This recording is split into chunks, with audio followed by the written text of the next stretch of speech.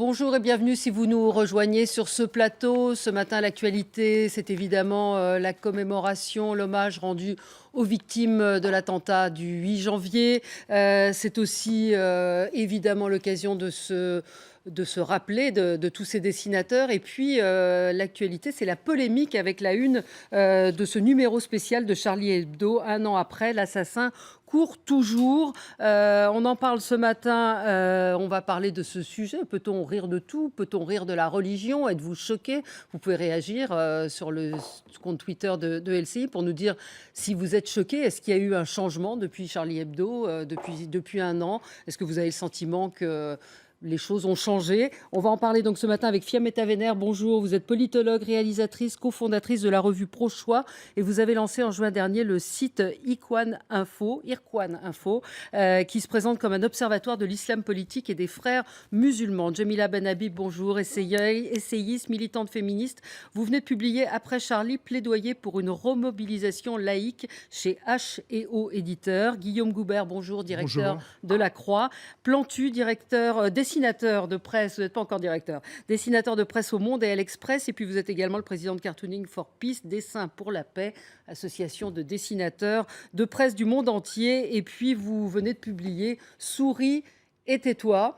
Tout un symbole aujourd'hui. Et puis Roger Kuckerman, bonjour, président du CRIF. Merci d'être là ce matin. Nous avions convié des représentants de la religion musulmane, mais nous n'avons pas trouvé de personnes disponibles ce matin, je le précise. Avant de vous donner la parole, je voudrais que vous écoutiez ce matin Fleur Pellerin qui réagissait aux critiques qui étaient faites sur cette couverture, sur cette une de Charlie Hebdo. Encore la religion à la une, encore la religion. Oui, et alors? L'esprit Charlie, c'est ça. Moi, je souhaite que Charlie reste Charlie, qu'il puisse avoir encore cette impertinence, puisse avoir envie de parler de religion, de se moquer non pas de la religion et de la liberté de conscience, mais voilà, du clergé, de ceux qui utilisent la religion à des fins politiques. C'est toujours très délicat d'aborder en fait la question de la religion, du religieux dans une société démocratique, laïque. Hier, le président de la République a accueilli les autorités religieuses comme si c'était indispensable. Je ne sais pas, moi, si il faut donner autant de place aux religieux dans une société qui se veut moderne. Voilà, c'est la question que je me pose. J'en suis pas convaincu.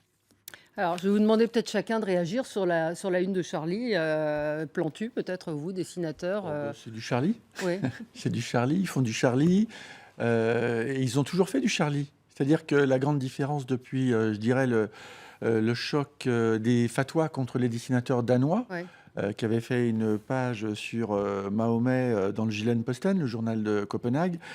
La différence, c'est que maintenant, il y a Internet et que maintenant, une de Charlie ou d'un journal danois, normalement destinée aux lecteurs d'un journal danois ou des lecteurs de Charlie Hebdo, leur échappe, et que Internet fait qu'il y a des gens pour lesquels cette une n'est pas destinée, qui réagissent, qui vivent mal certaines images, et puis qui, des fois, sont hérissés, font semblant de se dire « c'est à moi que c'est adressé », alors que ce n'était pas à eux qu'on parlait.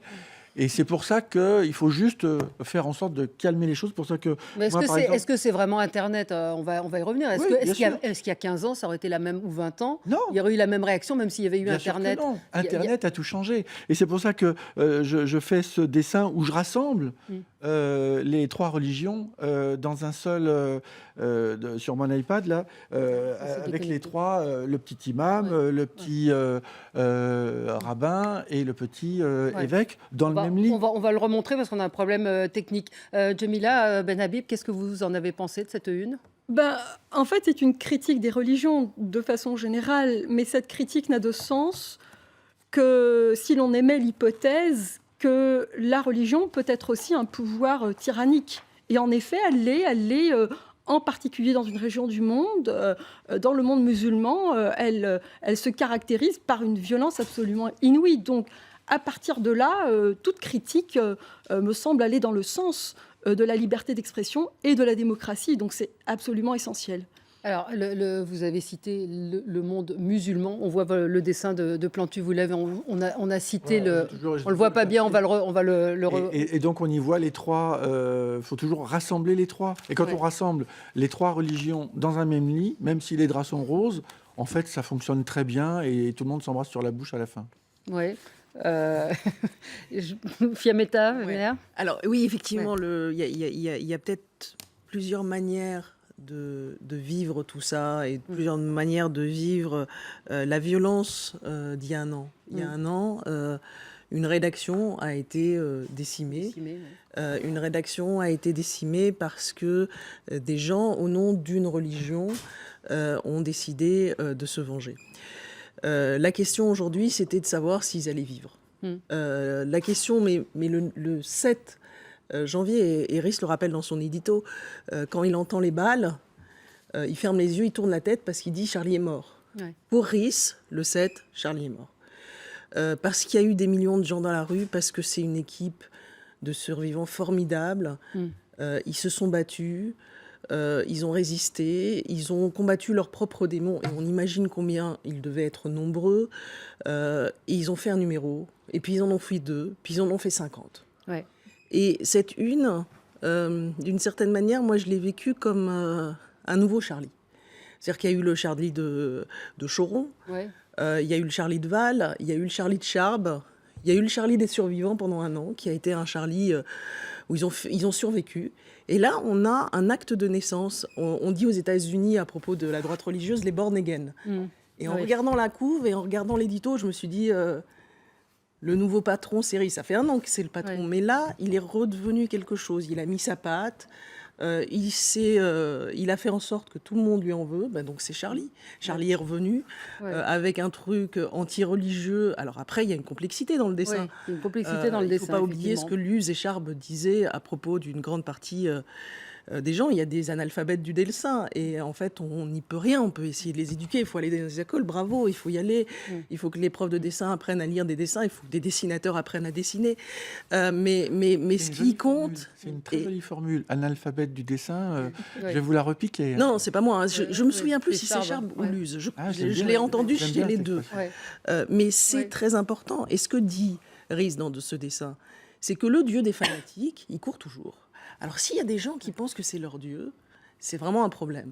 S'il y a des gens qui pensent que c'est leur dieu dans la couverture, c'est un problème. Par contre, s'il y a des gens qui pensent que quand les Kouachis tirent en disant on a vengé le prophète, c'est leur dieu qu'on assassine, alors ça, je veux bien l'entendre. Mais c'est vrai qu'il y a quelque chose qui est formidable avec cette une, c'est qu'on a vraiment assisté à la renaissance d'un nouveau Charlie. Charlie numéro on ne sait pas combien, mais ça y est, Rhys est revenu, et Rhys c'est le nouveau patron de Charlie. Je vais vous donner la parole en dernier à vous, parce que vous êtes peut-être le plus critique. Roger Kuckerman. Non, moi, je ne suis ouais. pas choqué du tout. Non. Je ne suis pas choqué parce que je trouve que si vraiment cet aspect de la religion est celui qui est apprécié par certains, eh bien on a le droit de critiquer le fanatisme. Et donc cette une de Charlie ne me gêne pas du tout. Et j'ajoute que même si elle me gênait, Oui. je ne leur en voudrais pas parce que j'ai le plus grand respect pour ce qu'ils font. Je trouve que c'est heureux que dans nos démocraties, on puisse s'exprimer aussi librement et aussi férocement quelquefois. Et donc, je trouve qu'ils visent juste, puisque si c'est le dieu des fanatiques, eh bien, il faut le critiquer. Et deuxièmement, même s'il était critiquable, il faut qu'on respecte Charlie, et donc, quoi qu'il fasse, moi, je serai derrière. Guillaume Goubert, vous avez hier rédigé un éditorial assez critique, plus d'ailleurs sur l'édito de Rhys que sur cette une. Ah non, mon édito oui. porte uniquement sur le dessin. Ah, Non, sur non, le dessin, vous dites, ce n'est pas... J'ai pas évoqué Ouais. l'édito de Rhys. Vous dites ce n'est pas Dieu qui assassine, ce sont les hommes. Bah oui. Oui. Il me semble que c'est une remarque de bon sens que tout le monde peut partager, même ceux qui ne croient pas en Dieu. Moi, j'ai aucune difficulté avec la critique des religions. Je pense qu'il est excellent qu'elles s'expriment, parce que ça oblige les religions à faire leur examen de conscience et à se poser des questions sur elles-mêmes. Et toutes les religions en ont besoin. Je pense donc qu'il est bon que cette critique s'exprime. Je pense qu'il est bon aussi que la critique de la critique puisse s'exprimer. Et donc, j'ai eu envie de répondre à ce dessin Ouais. parce que, voilà, j'avais envie de dire ce que vous avez cité. Ouais. Et puis, je sais aussi qu'il y a beaucoup de croyants qui sont peinés. Qui souffrent de ces dessins. Et j'ai voulu leur donner un peu la parole pour répondre avec beaucoup de respect, je crois, pour l'équipe de Charlie, pour ceux qui sont morts, pour ceux qui éprouvent cette immense douleur aujourd'hui d'être des survivants. Donc j'ai voulu le faire vraiment sans aucune indignation, simplement dire, voilà, c'est pas Dieu qui assassine, ce sont les hommes. Oui. Il y a un tweet à l'instant qui nous dit on peut bien sûr se moquer des religions. Il s'agit d'une mise en accusation générale. C'est peut-être ce qui gêne aussi dans ce dessin, et que certains trouvent peut-être un peu hypocrite. C'est-à-dire que vous avez cité, vous, Jamila Benhabib, le monde musulman, une partie du monde, et c'est au nom de l'islam qu'on a tué ces dessinateurs, qu'on a tué ces gens à l'hypercacher, et c'est au nom d'une religion. Donc ce Dieu des fanatiques, il est quand même un petit peu plus précis que Dieu en général. Oui, mais ce Dieu des fanatiques, il se trouve qu'il a une histoire très longue. Ouais. Et c'est dans Oui. cette histoire très longue qu'il faut inscrire aussi l'histoire de la courte histoire de Charlie. Donc, dans cette histoire qui nous amène à l'Inquisition, qui nous amène aux guerres de religion, ce Dieu-là a toute sa place. Mais pour autant, faut pas se mettre des lunettes roses. Faut regarder la réalité avec lucidité, avoir aussi le courage qu'a eu Charlie, qu'a encore Charlie, de critiquer cette religion qu'est l'islam, qui est habitée par ces démons, qui n'a pas encore fait toute cette réflexion critique nécessaire de réforme et d'appréhension du monde moderne dans lequel elle vit. Petit lexique de l'autocensure, c'est le sous-titre de votre livre « Souris et tais-toi ». Vous avez changé quelque chose depuis un an ? Non. Non ? Non, c'est-à-dire que quand je fais des dessins sur le salafisme, par exemple, il n'y a pas longtemps, j'ai fait des dessins. Tiens, ce dessin-là, si vous pouvez le montrer, c'est un dessin sur le salafisme. Je montre des paquets de cigarettes nuit gravement à la santé. Et puis, il y a un autre paquet de cigarettes avec... Voilà, je vous le montre, qu'est-ce que je fais? Non, mais on a encore un problème, je suis désolée, il faudrait que vous le... Faut pas que vous le c'est mettiez en grave. grand écran, oui. On a un problème. Quand il y a des dessins comme ça qui attaquent le salafisme, c'est-à-dire cette petite poignée de gens qui ne supportent pas la musique, par exemple. On a appris que quand on écoute trop la musique avec les salafistes, on est transformé en cochon. Je sais pas, il y a une histoire comme ça. Bon, et ben quand je fais un dessin comme ça, je fais juste une attaque de cette toute petite minorité. Et ça peut devenir une polémique qui après dit « Ah oui, mais vous critiquez le Coran », alors que j'en ai rien à foutre, c'est pas mon problème. Je critique des intolérants, ça n'a rien à voir avec le Coran. On a un tweet de quelqu'un qui nous dit « La critique des religions est nécessaire, nommer précisément chaque religion aussi ». Ça tourne quand même beaucoup autour de ça, la critique de cette une, Roger Kuckerman. Oui, moi je crois qu'il est important de dire que les musulmans sont les premières victimes de ce fanatisme. Et donc il est important de pouvoir critiquer les fanatiques sans impliquer les musulmans en général. Et je crois que c'est dans l'intérêt des musulmans de bien faire cette séparation entre le fanatisme et la religion de l'islam. Mais il y a quand même un retour du religieux, ça aussi un peu, on est obligé de l'aborder aujourd'hui quand on parle d'humour et de religion. Fiammetta Wener, sur l'évolution, et sur ce, vous citez un moment dans le livre, vous dites qu'il y a un formidable retour de bâton. Aujourd'hui, on revient quand même à une société où la religion est de plus en plus présente. Alors on revient effectivement dans une société où on se replie vers ce qui nous paraît le plus sûr. Et certaines personnes considèrent que c'est les religions, et puis certaines personnes considèrent que c'est les intégrismes de ces religions. Et en ce qui me concerne, je fais vraiment la différence entre les deux, même si je me battrai jusqu'au bout pour que les athées issus de toutes les religions puissent s'exprimer.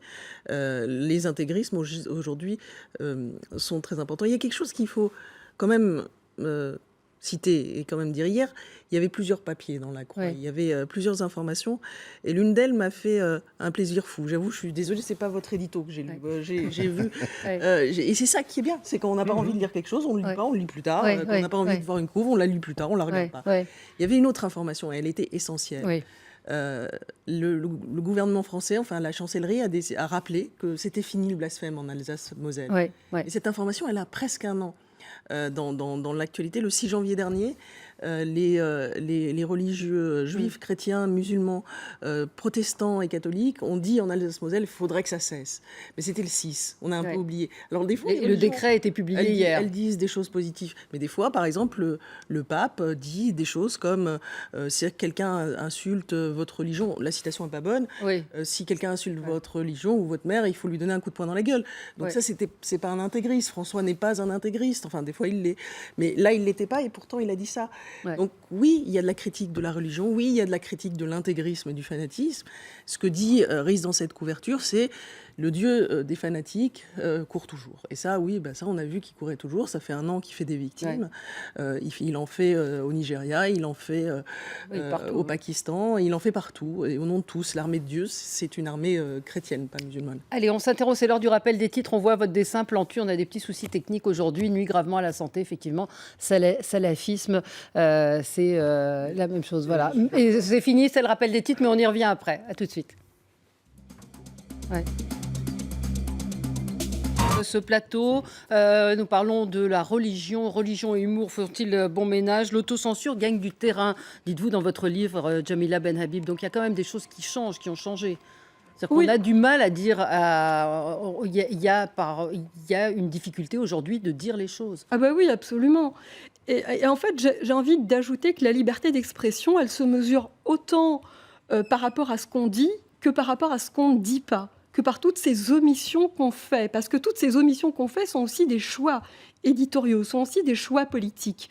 Or, Charlie Hebdo a précisément fait le choix de ne pas faire les omissions que tout le monde fait, que toute cette classe médiatique a fait pendant longtemps dans ce pays. Et de la même façon, pour les journalistes, les intellectuels en Algérie, en Égypte, en Tunisie, partout ailleurs dans le monde musulman. C'est-à-dire que chaque fois que l'on met le curseur, que l'on pointe le doigt là où personne ne veut le pointer, eh bien, c'est une mise en lumière finalement du plus grand malaise qui tourmente la société, à savoir le religieux, ce retour du religieux, puis cette tyrannie de l'islam politique qui est d'abord arrivée à s'imposer dans le monde musulman avant de faire sa niche, de faire confortablement sa niche dans les démocraties occidentales. Une ligne rouge, dites-vous, l'existence d'une ligne rouge à ne pas franchir s'agissant de l'islam, qu'a franchi Charlie Hebdo à chaque fois. Tout à fait. Enfin, à chaque fois, je ne sais pas, mais il a franchi de temps en temps, il a franchi donc à des moments cruciaux de notre histoire, à savoir qui doit mettre les limites dans une démocratie. Est-ce que c'est aux intégristes de mettre la limite ou est-ce que c'est à nous qui croyons aux principes démocratiques, aux valeurs démocratiques? Est-ce que la liberté d'expression, c'est un levier de la démocratie? Moi, je pense que oui, parce qu'il faut savoir qu'à chaque fois que l'on recule dans les démocraties occidentales, ce sont les démocrates dans les pays musulmans que l'on lâche, que l'on largue, que l'on trahit. Et ma foi, moi j'ai envie de me solidariser avec ces démocrates-là qui sont dans la gueule du loup, qui eux affrontent et des régimes autoritaires et des organisations islamistes quand elles sont à la périphérie du pouvoir. Ouais. Plantu sur l'autocensure, encore une fois, et on a eu déjà cette discussion, à savoir sur l'islam, vous ne voyez pas l'intérêt de dessiner Mahomet, mais c'est une forme d'autocensure. Je sais qu'on n'est pas d'accord sur le sujet. Le même travail que vous, journalistes, que nous de tous les jours, que l'autocensure, elle fait partie de votre vie, de vous, Valérie Expert. Vous faites de l'autocensure tous les jours. Et quand vous êtes en famille et que vous dites pas, tiens, mon beau-frère, il a un gros furoncle vert sur le nez, quand vous ne le dites pas, pour pas le vexer, c'est déjà de l'autocensure. On fait de l'autocensure. C'est pour ça que, regardez, là, il n'y a pas très longtemps... Je trouve que c'est pas la comparaison n'est pas... Votre beau-frère, il ne va pas vous flinguer parce que vous lui avez dit qu'il a un gros furoncle sur le nez. C'est la grosse nuance. C'est qu'il y a une terreur. Il y a une terreur qui est là aujourd'hui et que plus personne n'ose... La vraie terreur, c'est ce que disait Roger Guckerman. La vraie terreur, c'est que les musulmans sont les premières victimes des djihadistes. Oui. Et ça, mais ça, on est tous d'accord. Mais une fois qu'on a dit ça, il y a autre chose. C'est bien pour ça que le boulot d'un dessinateur de presse, c'est de s'attaquer aux atteintes aux droits de l'homme. Et que quand il y a des atteintes aux droits de l'homme, je me fous de savoir quelle est la religion qui est derrière. Je fais un dessin qui s'attaque pas. aux atteintes aux droits de l'homme. C'est pas s'en ça la foutre. priorité. peut pas s'en foutre. Quand la rue des Rosiers, il y a plus de 30 ans, il y a des gens qui sont tués parce qu'ils sont juifs, je fais un dessin, je me fous de savoir quels sont les comment sont animés les tueurs. Ils tuent des juifs parce qu'ils sont des juifs. Bon, ben voilà, c'est ça. Non, mais le Ou quand contexte- il y a Le contexte n'est pas le même, tout n'est pas la comparable. charia, et qu'il y a le gars qui dit ceux qui sont contre la charia, levez la main, je me fous de savoir de quelle religion il est question. Je défends les femmes ou les hommes qui sont mutilés parce qu'il y a un tordu qui a traduit à sa manière une religion qui n'a rien à voir avec ce que vivent la plupart des croyants. Oui, l'ennemi, alors, attendez, Roger Klitterman, ça ouais. n'est pas la religion, c'est le fanatisme. Oui. Exactement. Hein, et, Oui, non, mais- et quelle que soit la religion, c'est le fanatisme qui Absolument. tue, qui fait tout le mal qu'on voit. Et c'est pour ça que c'est le fanatisme qu'il faut viser. Absolument. Alors, allez-y, oui. Je pense qu'on est tous d'accord là-dessus. Sauf que une idée, un dessin, je pense qu'il ne se greffe pas dans l'absolu. Il se greffe dans une conjoncture, il vient s'inscrire dans une conjoncture, il vient se projeter dans une conjoncture particulière. Faire fi de cette conjoncture me semble impossible. Enfin, moi, je ne peux pas écrire des livres comme ça, dans l'absolu. Et je pense que Plantu ne peut pas dessiner aussi. Dans l'absolu, voilà, en fait, on est marqué, on est porté, on est forgé par cette actualité, cet environnement, cette histoire. Non. Oui, mais moi, je continue. ne suis pas tout à fait d'accord là-dessus. Parce continue mon travail, que dire c'est la dessinateur. faute du social, c'est parce qu'on ne les a pas éduqués, etc. Non, c'est pas ça. C'est un peu pas ça. facile. Non, Oui, c'est mais- pas du tout ce que je Oui. dis. Non, mais quand on parle de il y a une l'environnement, c'est ça. justification. Non, mais là, c'est l'environnement politique. J'ai fait ce dessin-là où je fais intervenir le divin avec l'arrivée de Comini. Je l'ai fait en 79. Ce Oui. dessin, vous le refais tous les jours. Il n'y a aucun problème. Khomeini, oui, mais pas Mahomet. Mais je m'en fous mais je me fous de Mahomet. Ce qui m'intéresse, c'est ce que font les tordus qui ont traduit à leur manière de petits minoritaires qui n'ont rien à voir avec la grande majorité. Je m'attaque aux atteintes des droits de l'homme. Pourquoi vous voulez-vous absolument... C'est-à-dire, et c'est marrant parce qu'en France, il y a un droit au blamphème, ce que je trouve tout à fait normal, et vous voudriez imposer un devoir de blasphème, ce qui n'est pas mon propos. Est-ce que Fiammetta voit Fiammetta vénère une différence entre mais le... c'est ouais. bien qu'il y ait des dessinateurs et des artistes de partout. Je veux dire, moi, je ne sais pas dessiner. D'autres le savent et d'autres le font avec leurs moyens, leur courage, on sait où est Plantu et ce qu'il fait. Il a toujours été honnête sur... Moi, je suis en désaccord avec lui sur plein de choses, mais il a toujours été honnête sur comment il parle. Oui. Mais Non, Et mais on c'est le traduit vrai. dans les écoles. Regardez, Alors, attendez, laissez finir Fiammetta. Mais sur ce, il faut aussi donner Enfin, c'est pas parce que il y a des dessinateurs courageux qui défendent le droit au blasphème que ça devient un devoir. Une obligation de blasphème. Charb nous manque terriblement et il nous manquera de plus en plus. Tout à l'heure, vous passiez un de ses dessins. C'est affolant de force, c'est affolant de drôlerie. C'est un dessin qui est d'une- paru dans le numéro d'une spécial de cette férocité, semaine de Wolinski aussi. C'est d'une férocité que nous n'aurons plus et que nous avons perdu. On les a perdus, c'est fini. Cabu, sa couverture sur les caricatures, je sais pas, pour ceux qui ont pu voir et qui peuvent revoir le documentaire sur la salle de rédaction pendant les caricatures qui est passé hier soir sur France 5, il est encore en replay pendant une semaine, on comprend. Ces gens étaient féroces, mais doux et gentils. Et ils ont pensé à la caricature. C'est dur d'être aimé par des cons. C'est dur d'être aimé par des cons.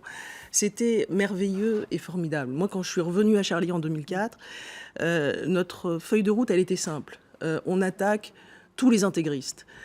Et à chaque semaine, à chaque fois, on se disait, bon, alors, quand est-ce qu'on peut faire quelque chose ? Et l'histoire de Charlie, c'est 90% de couverture et de dessin contre les catholiques. Contre les catholiques, oui. Évidemment, c'est vous qui en avez pris plein la gueule. Et heureusement, puisque c'était l'intégrisme majoritaire. En 97, quand je suis pour la première fois à Charlie, on ne parle que de l'intégrisme catholique. Quand je reviens en 2004, il y a eu 2001. Et effectivement, on parle aussi de l'intégrisme musulman. Et chaque semaine, soit on faisait quelque chose contre l'intégrisme catholique, quelque chose contre l'intégrisme musulman, contre l'intégrisme juif. Tinius a fait des reportages. News qui a été dessinateur à la Croix. Oui, à la Croix, oui. Exact. Ouais. T-News a fait des dessins sur l'intégrisme juif qui sont notamment... Merci, j'avais peur qu'on soit oublié. Oui, non, j'allais vous dire, est-ce que finalement, il y a une sorte de là aussi, Les intégristes- d'autocensure sur les Juifs? Les intégristes juifs étaient un petit peu moins traités parce qu'il y en a moins. Et puis surtout, ils rentraient sur deux points, soit par antisionisme, soit par anti-intégrisme. Donc ils étaient, comme les autres, attaqués. On a fait aussi des choses sur les intégristes sikhs. À Londres notamment, qui avait brûlé un théâtre. On a fait des choses sur la montée de l'intégrisme hindou, qui organise des pogroms et qui en organisait, et qui en organise toujours. Le patron de l'Inde aujourd'hui est pas un... Personne n'est mort pour ces couvertures. Jusqu'à... Personne n'est mort pour ses couvertures, c'est vrai. C'est quand même la grande différence. Tout à fait. Non ? Je veux dire, les catholiques n'ont jamais... Oui, mais il y a eu d'autres... Vous avez eu un nombre de procès Il y a eu des assez... procès. Charlie Hebdo a failli effectivement disparaître plusieurs fois suite au procès des intégristes catholiques. Ouais. Mais effectivement, ils ne sont pas rentrés avec une Kalachnikov. Guillaume Goubert ? C'est déjà ça. Oui. Moi, je pense que effectivement, les croyants doivent être à même de supporter l'humour des autres sur leur propre religion. Je pense même que pour les disciples du Christ, c'est presque un devoir religieux, parce qu'au cœur, dans un des plus beaux textes de l'Évangile, ce qu'on appelle le Sermon sur la montagne, ou les Béatitudes, il est dit « Heureux serez-vous si vous subissez des sarcasmes à cause de moi ». Je ne cite pas texto, mais dans une version contemporaine, on pourrait le dire comme ça.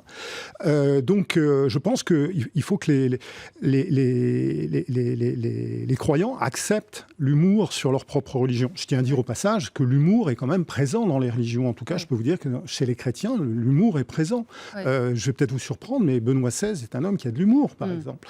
Alors, c'est un humour, c'est plutôt de l'esprit que de l'humour. C'est pas l'humour de Charlie. Plantu non plus. Hein. Pour l'avoir un petit peu fréquenté avant qu'il soit pape, je peux vous dire que c'est un homme qui a de l'esprit et qui aime bien rire. Vous direz ce que vous en pensez. Jean-Paul II aimait rire, Jean XXIII aimait rire, etc. Il oubliait d'aider les petits jeunes qui étaient violés dans les sacristies. C'est vrai qu'il avait beaucoup d'humour. Attendez, je ne vous ai pas bien entendu. Quand il oubliait d'aider les petits jeunes qui étaient violés dans les sacristies. Vous savez qu'on a un désaccord là-dessus. Jean Plantu, je trouve que Benoît XVI est l'homme qui, au sein de l'Église catholique, a véritablement commencé à changer les choses, et notamment commencé à changer les règles de droit. On doit, sur ce plan-là, sur cette cause qui vous est chère et qui m'est chère, on doit beaucoup plus à Benoît XVI que vous n'imaginez. Quand il dirigeait l'Église allemande, il a un peu laissé faire. Quand il y en avait un qui violait dans une sacristie d'une ville allemande, le gars, il était déplacé dans un autre diocèse de l'Église allemande. Et je trouve que le Benoît XVI, avant Benoît XVI, quand il dirigeait l'Église allemande, il aurait pu faire son boulot Il a terminé protéger les enfants. comme vous le souhaitiez. Juste une chose, comme je le souhaite. Dans le livre que nous avons créé il y a quelques années qui s'appelait « Les nouveaux soldats du pape », on avait bien retracé effectivement que peut-être que Benoît XVI avait réouvert certains dossiers, mais que Ratzinger avait fermé. Voilà. Et la fermeture des dossiers n'est pas uniquement il n'a jamais dirigé l'Église allemande. Il était archevêque de Munich. Oui, mais quand il avait le pouvoir de défendre des enfants dans l'Église allemande, il l'a pas. Mais pas dans l'Église allemande, dans l'Église mondiale. Roger Kuckerman, c'est vrai, vous dites, j'avais peur qu'on soit oublié. Il y a assez peu d'attaques finalement sur la religion juive d'une manière générale. Non, mais il y a tellement d'attaques contre les juifs en général qu'on est assez bien servi sur ce plan-là. Mais on a aussi des intégristes et on a aussi des choses qui ne sont pas très nettes dans les yeshivas, dans les yeshivot. Il se passe aussi des choses qui sont critiquables. Oui. Vous voulez... Non, j'aimerais bien qu'on poursuive un peu sur cette idée des analphabètes du dessin. C'est une très belle question, je trouve, parce que par exemple, l'année dernière, moi j'ai été bouleversé, atterré par les réactions qu'a suscité le dessin « Tout est pardonné » dans le monde musulman. J'avais trouvé que c'était un très beau dessin. C'était un dessin chrétien, presque. Ah, tout à fait. Moi, j'ai trouvé que c'était... Je préfère que ce soit vous qui le disiez que moi, mais je vous... parce que je ne veux pas avoir l'air, en l'occurrence, parce que je ne veux pas avoir l'air de le récupérer. C'était un très beau dessin. Rien ne disait que c'était le prophète, parce que le prophète n'est pas le seul à Ouais. porter un turban. Chapeau. Et vous vous souvenez des réactions que ça a suscité. Ça a été tragique, je pense en particulier à des religieuses catholiques au Niger qui se sont retrouvées dans une situation très très difficile et qui ont dû quitter le pays. Comment faire pour qu'il n'y ait plus ce type de malentendu? Comment faire pour prendre les gens là où ils sont et les faire avancer un petit peu? Alors c'est peut-être ce que vous avez en tête, mais je ne veux pas parler à votre place, Non. quand vous ne dessinez pas Mahomet. Aller dans les... Mais La comment réponse, c'est faire pour aller que dans les les écoles. personnes... Aller dans les écoles. La photo que j'ai là, c'est quand on était à Marseille, là, sur mon iPad. On est avec un dessinateur juif qui s'appelle Izel, qui est turc. Et puis, à côté, il y a Nidal, qui est un dessinateur musulman. Il faut aller dans les écoles. Ouais. Hier, j'étais dans une autre école. J'étais à côté de Béthune, en Artois. J'étais 2 heures avant, j'étais à Cambrai. Il faut aller dans les écoles. Et les gamins, ils ont plein de questions à poser. Et sur les religions, il y en a qui sont Charlie, d'autres qui sont pas Charlie. Et nous, on est là pour les aider à tout simplement libérer la parole. Mais c'est, comme on en a parlé, c'est le colibri, c'est la petite goutte d'eau. Oui, mais qui- et le petit colibri, il a 2 petites gouttes qu'il met dans son petit bec. Il y a l'Amazonie qui est en feu. Il met ces 2 petites gouttes d'eau. Et puis les animaux de la forêt vierge qui disent « Mais tu crois que tu vas sauver les choses ?» Et le colibri dit « Au moins, je fais quelque chose. Jamila Je fais Ben ma Habib, part. oui. Je fais ma part. » Ouais, c'est très Jamila Ben joli Habib, formulé. sur la laïcité aussi, ce qui est quand même le cœur de votre livre. Vous dites quand même très clairement, le but, c'est dans votre introduction, le but, c'est de faire taire tous ceux qui critiquent l'islam. Votre livre, il est consacré à ça, la laïcité. Et vous abordez effectivement l'histoire, c'est assez documenté, mais le principal cœur de votre livre, c'est quand même l'islam. Oui, c'est l'islam en effet, parce Ouais. que c'est la question du jour, voire la question de l'heure. Mais j'aimerais par ailleurs réagir sur 2 choses. D'abord, cette histoire de la pluralité, de l'existence de la pluralité. Je veux dire, ce qui fait une démocratie, c'est précisément ça. C'est précisément qu'on ait Charlie, mais qu'on ait autre chose à côté. Mais Charlie, on a besoin de Charlie pour que la démocratie puisse exister. Donc, Plantu, il fait ce qu'il fait, il le fait très bien, et c'est bien qu'il continue à le faire. Mais il faut aussi que Charlie continue d'exister, il faut que Charlie continue d'être Et Charlie. Fiametta Vénère disait, Et c'est un autre par Charlie. rapport- Ça voilà, ne mais sera pas le même, ça ne peut peu- pas être le même. Mais très peu bien. importe, Oui, mais c'est vraiment très bien. bien, peu importe, c'est très bien. Et l'autre élément que j'aimerais ajouter, c'est le rapport au religieux. Ouais. Ce qui caractérise aujourd'hui le monde de la chrétienté, c'est précisément cette distanciation par rapport au religieux. C'est-à-dire qu'on peut y compris rire du religieux, qu'on peut y compris faire des blagues, même si on n'est pas content, et surtout la façon avec laquelle on réagit dans une démocratie. Je veux dire, si on n'est pas content, eh bien, on attend des procès contre des journalistes, contre des journaux, et ainsi de suite. Donc, c'est une réaction civilisée qui n'existe pas, par ailleurs, dans le monde musulman. Pourquoi ? Parce qu'on n'en est pas encore arrivé là, avec ce rapport à l'islam, mais parce que nous ne sommes pas encore des démocraties. Ça ne veut pas dire que ça ne va pas arriver un jour. J'espère que ça va arriver. Je vais me battre pour que ça arrive, évidemment.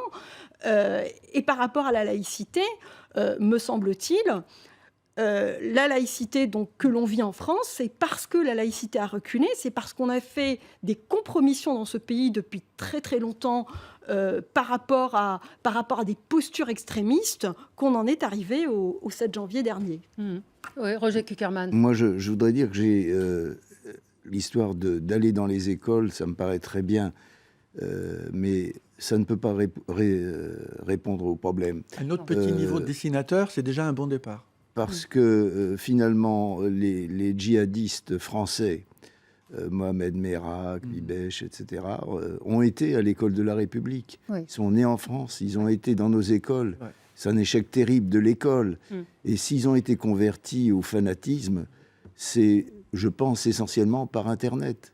Ouais. Je pense que par Internet, Oui, en c'est 3 ça. semaines, on vous transforme un brave catholique du Sud-Ouest en musulman, puis en djihadiste.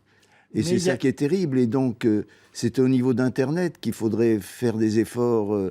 Et apprendre Internet et- dans les écoles, et- apprendre aux enfants à ne pas être manipulés par Internet. Mais Cette question-là du terrorisme nous amène aussi à porter une réflexion sur l'islam politique de façon générale, sur l'idéologie que sous-tend en fait l'islam politique. Donc en effet, je veux dire, on ne peut pas seulement aller dans les mosquées. Faut s'interroger sur le discours des prédicateurs, sur le rapport des politiques et des médias par rapport aux prédicateurs, par rapport au monde musulman, par rapport aux communautés musulmanes. Donc c'est qui on invite qui, on fait parler qui.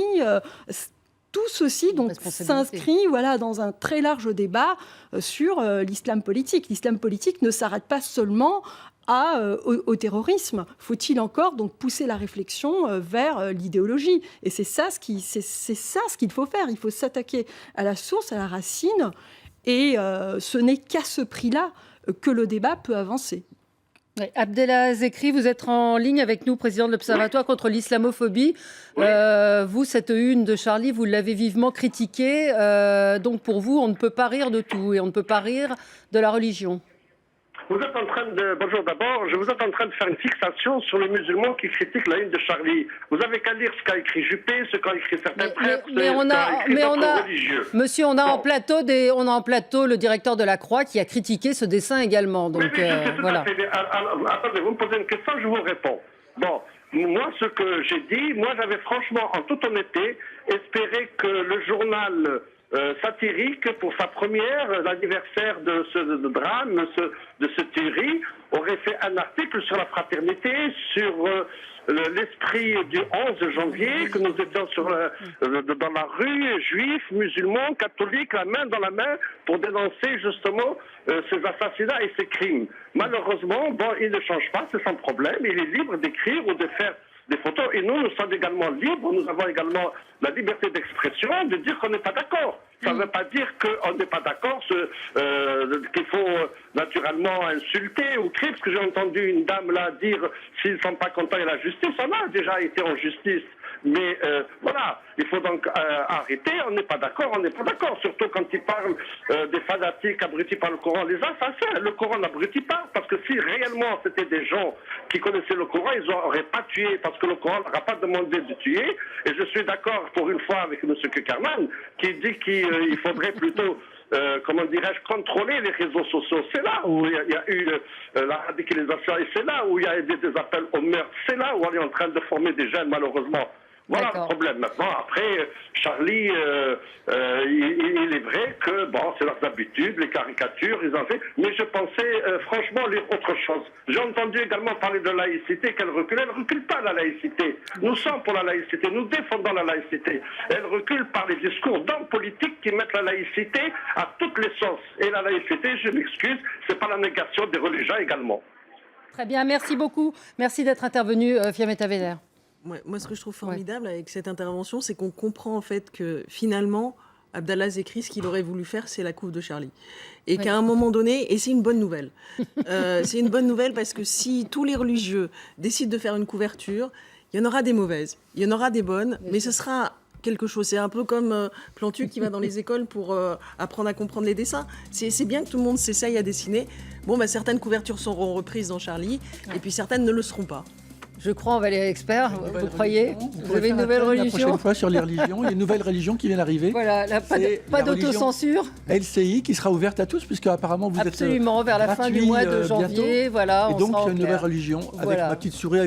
Excusez-moi, j'ai mis une auréole. Qu'est-ce qu'on fait pour quand on est sanctifié dans les autres religions? C'est quoi? Chez les juifs, c'est quoi? On peut mettre des ailes aussi. On peut mettre des ailes. Bon, très bien. Quelle chance, Valérie. Oui, j'ai de la chance. Attention. Après Charlie, laïque de tous les pays, mobilisez-vous. Je conseille vraiment la lecture de votre livre. C'est un livre assez émouvant parce que vous vous adressez à Charb et c'est un livre extrêmement intéressant sur justement ce qui est en train de se passer. Et Souris, tais-toi, petit lexique de l'autocensure avec cette souris bâillonnée. Un livre qui est paru à la fin de l'année dernière aux éditions du Seuil. Merci à vous tous d'être venus ce matin.